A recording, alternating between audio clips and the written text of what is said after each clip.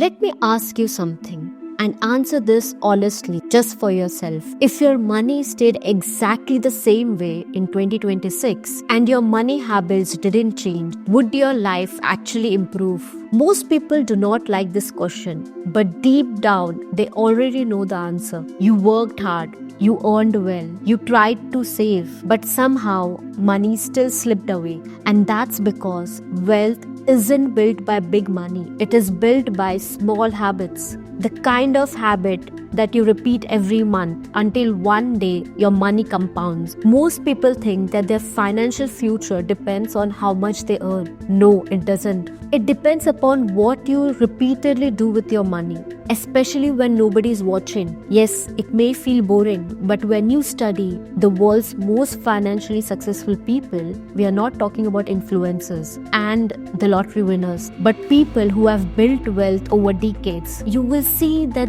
they repeat the same behavior for years and years. So today, this is not a motivational video. It is about the behavior of top wealthy people who have built wealth.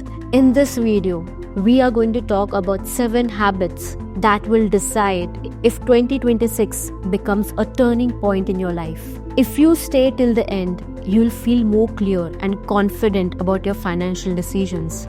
Do like and subscribe to our channel for more knowledgeable videos on finance. Namaste friends, I'm Rohini and you're watching the knowledge series of fincash.com.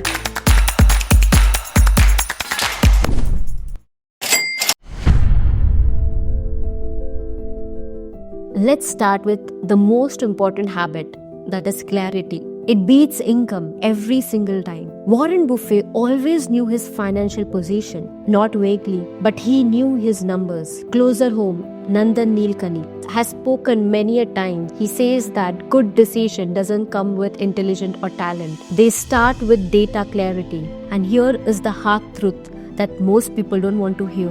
Wealthy people are rarely confused about money. Middle class stress doesn't come with low income. It comes with financial uncertainty. You earn but don't know where it goes. You save but you don't know if it's enough. You invest but you don't know what actually you own. This confusion creates anxiety, and anxiety creates a bad decision. So the first reset rule of 2026 is simple, that is, know your numbers. Right now, ask yourself, without opening your phone, without checking an app, do you know how much you spend every month and how much you own versus how much you owe? If the answer is roughly or kind of, this habit is exactly for you. And here is what you need to do. And keep it brutally simple. Every month, track 5 things: your total income, your fixed expense, that is your rent, EMIs, insurance. Third is your lifestyle expenses, that is food, travel, shopping. Fourth is your investments and savings. And fifth is your total loans and liabilities. That's it. One simple monthly money sheet, either an Excel or a notebook, but update it every once in a month. And here is the powerful part. When you see numbers clearly, you stop making emotional decisions. You stop panicking during market falls. You stop overspending without guilt. You stop underinvesting out of fear. Control reduces fear, and fear is the biggest enemy of good money decisions. Once clarity is in place, the next habit decides whether money stays with you or quietly slips away. Every wealthy person, without exception, follows this one rule. They save and invest first and they spend what is left. And most people do the opposite. They pay rent, they pay EMIs, they pay for their lifestyle, and whatever is left for the month end, they try to save that, which usually means nothing. And that's why money never seems to stay. Not because income is low, because saving or investment has no priority in their checklist. Warren Buffett said it best: do not save what is left after spending, spend what is left after saving. That single sentence separates wealth builders from lifelong strugglers. If you're a salaried profession, this habit is your biggest advantage. The day your salary hits your bank account, your systematic investment plan, your recurring deposit, insurance, or investment transfers should already be scheduled before you even get the chance to spend. You don't have to start with a big amount. You can start with 10 to 20% of your income. That is, you can start with 2,000, 5,000, 10,000, depending on your capacity. But keep that amount consistently. Consistent matters, not the size. The mistake most of the salaried employee make is they wait for the month end. But when you schedule your investments in auto debit mode, you don't rely on motivation. You rely on a system, and system do not get tired. So when your savings become automatic, spending automatically gets adjusted. People want quick result. They want confirmation fast. They want returns from the next day they have invested their funds. But wealthy think very differently. They do not chase money. They build system where time works for them. Warren Buffett didn't become wealthy by finding a magic stock. He became wealthy by staying invested for decades. Rakesh Jhunjhunwala often spoke one thing: let your winners run. The irony is, the biggest advantage people have is time.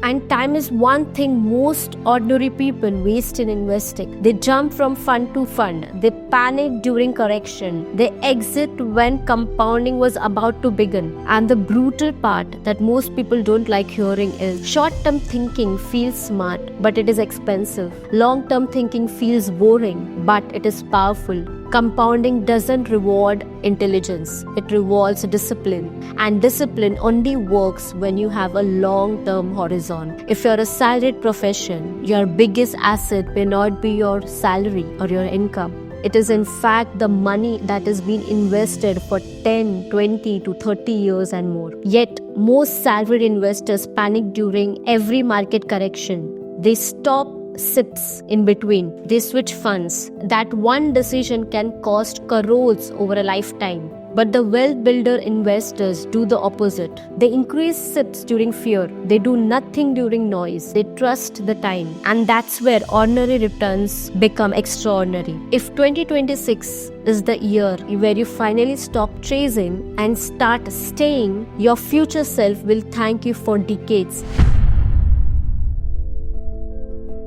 Many people stay stuck because with every salary rise or bonus comes with a new lifestyle. They quickly buy a new phone or a bigger house or costlier holidays, higher EMIs, and just like that, your income grows, but your financial freedom doesn't. Lifestyle inflation doesn't hurt immediately.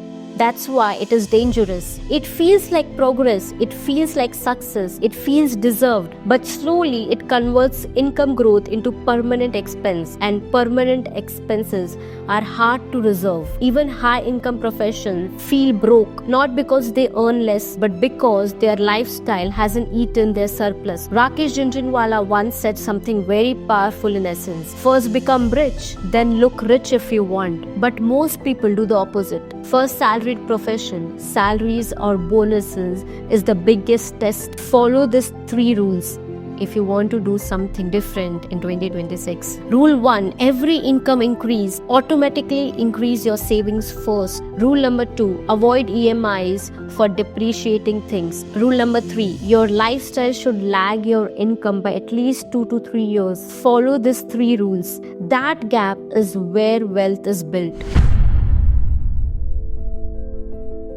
Every market crash has 2 stories. One is about numbers, other is about behavior. The same market crash creates long-term wealth for some and permanent damage for others. The difference is not intelligence, it is about emotional control. Warren Buffett said it that be fearful when others are greedy and greedy when others are fearful. That sentence alone explains why most people underperform. Let's break it down simply. Greed makes you buy late. Fear makes you sell early. Greed pushes you into hot stock, top performing fund, market tips, FOMO trades. Fear pushes you into panic selling, stopping SIPs, moving to cash at the worst time. And the worst part is people repeat this cycle again and again without realizing it's emotional, not logical. Wealthy people don't try to predict market, they build system. So first, stop start checking your portfolio daily. Second is decide your asset allocation once and not every week. Third is write your rules before emotional hits you. Wealth is not built only by earning or investing.